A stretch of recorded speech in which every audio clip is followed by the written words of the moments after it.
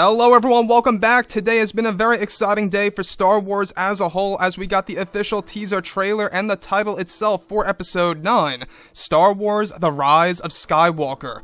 Now, a lot of fans are really liking this title because it pays great respect to the Skywalker family, and specifically Luke Skywalker. However, there could be something else to the actual title, which we will be going over later.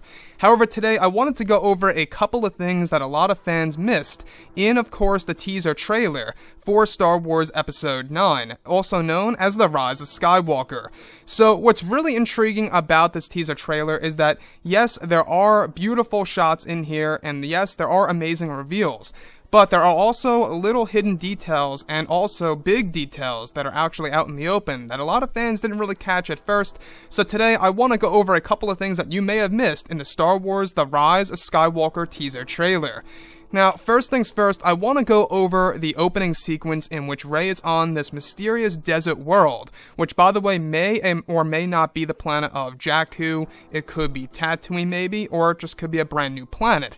However, a lot of people have been wondering what's with that TIE fighter that's actually coming in towards Rey's position and is trying to kill her.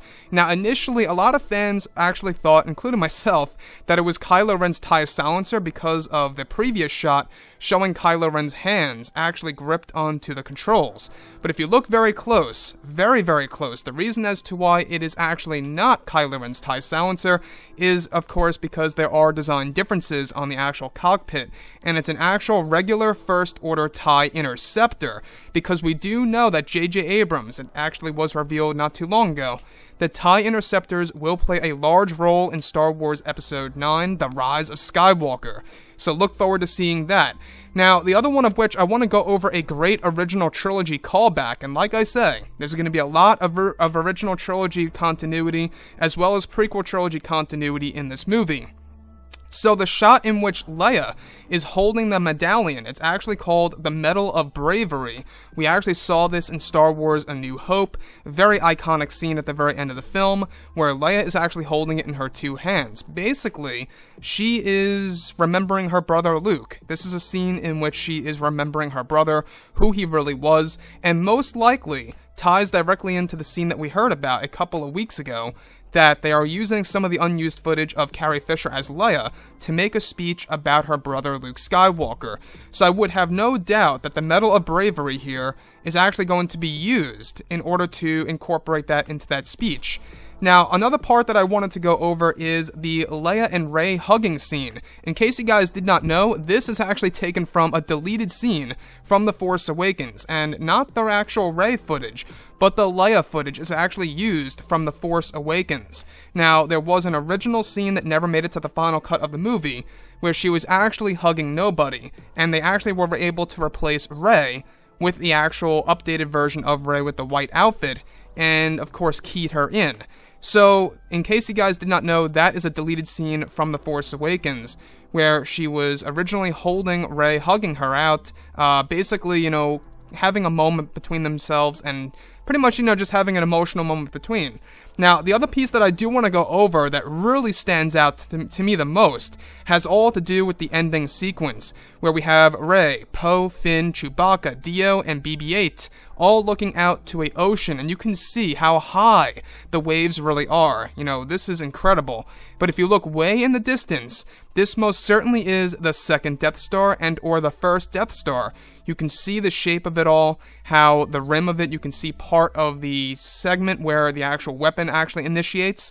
So this also ties directly into the original idea by J.J. Abrams. In case you guys did not know, originally J.J. Abrams, for The Force Awakens, he wanted to have the Death Star actually be explored underneath an ocean. And what do you see here? We see the Death Star piece in the middle of the ocean. So in The Force Awakens, there was going to be a sequence in which Rey actually dived down, dozens and dozens of feet below the surface of course, this planet, whatever the world this really is, to actually go into Palpatine's throne room. So, alright, I'm starting to wonder exactly why we hear Palpatine's laugh at the very end of the actual teaser. It could have something to do with his return in the form of a clone, or it could very well be something as simple as visions and or voices reaching out to Rey. I also want to bring up the line of dialogue by Luke Skywalker where he actually says, "We will always be with you." Who is we?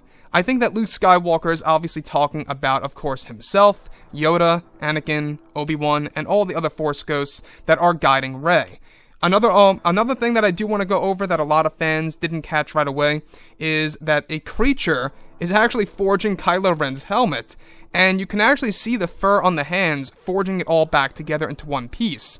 Initially, I thought that maybe, it would be a Knight of Ren or Kylo Ren himself that would do this, but it actually ends up being a creature. This creature most likely is the one that we heard about not too long ago, a couple of weeks ago.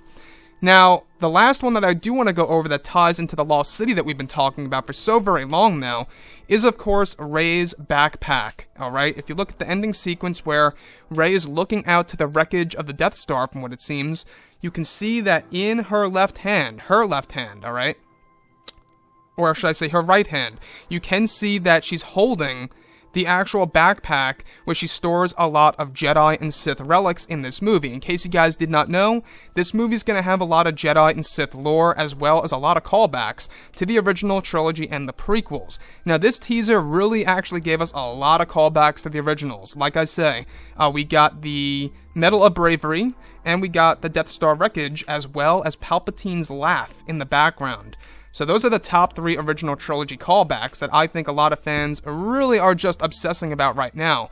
And when we look at this teaser, I've been seeing mixed reactions. Most people seem to really enjoy it because of the use of the title, The Rise of Skywalker, and the mystery behind it all, and what that really means. Again, we will be going over that later.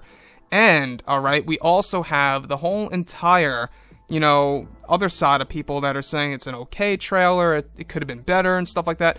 I'll give my honest opinion on this teaser trailer. It's a lot better than I thought it was going to be. I was actually lowering my expectations very, very low before they actually cut to the teaser when they were on stage over at Star Wars Celebration in Chicago. I was pretty much, just lowering my expectations, just seeing what was actually going to be shown, and what do you know, when the title appeared at the very end, I just felt a surge of energy flowing through me. I was so happy that they chose the name Skywalker to be inserted into the actual title of the final film of the Skywalker saga. I mean, it only feels right? So it just makes sense. So yeah, guys, those are the top things that a lot of people seem to have missed and or are talking about right now, if they have caught it, is of course the First Order TIE Interceptor in the very beginning is not actually Kylo Ren. It's actually just a normal TIE Interceptor. We got the Medal of Bravery that Leia is holding. That was actually, by the way, keyed in during post-production, or of course during principal photography. That was actually used by a different actress who played Leia off-screen. And we also have Leia's deleted scene of herself hugging Rey. That's actually taken directly from The Force Awakens. That was an alternate scene of what we were supposed to see at the very end of The Force Awakens, in different angles, different color correction, and stuff like that.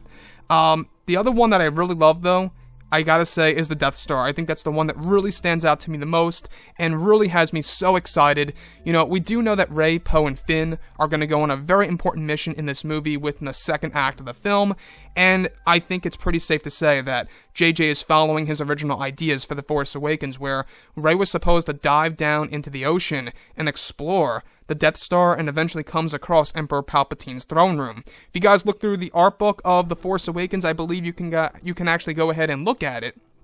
You do get to see all of the different ideas in that movie that are already transferring over into this film as we speak.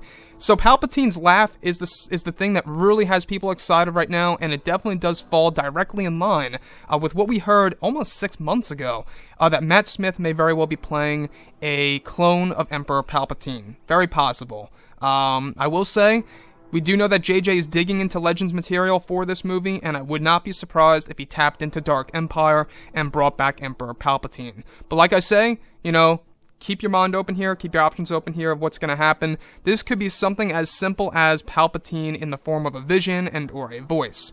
So what do you guys think about this whole entire teaser trailer? Let me know what you think about the shots that we just went over in this video. And if you guys did enjoy the content for today, do make sure to drop a thumbs up on this video to support the channel. I thank you all so very much for the kind support, and I'll catch you guys next time.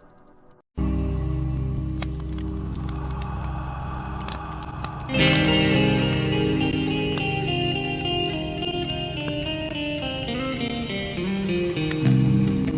in hand, we are alone again. No, I'm not the one. From night to moon, we hear their moans again. No.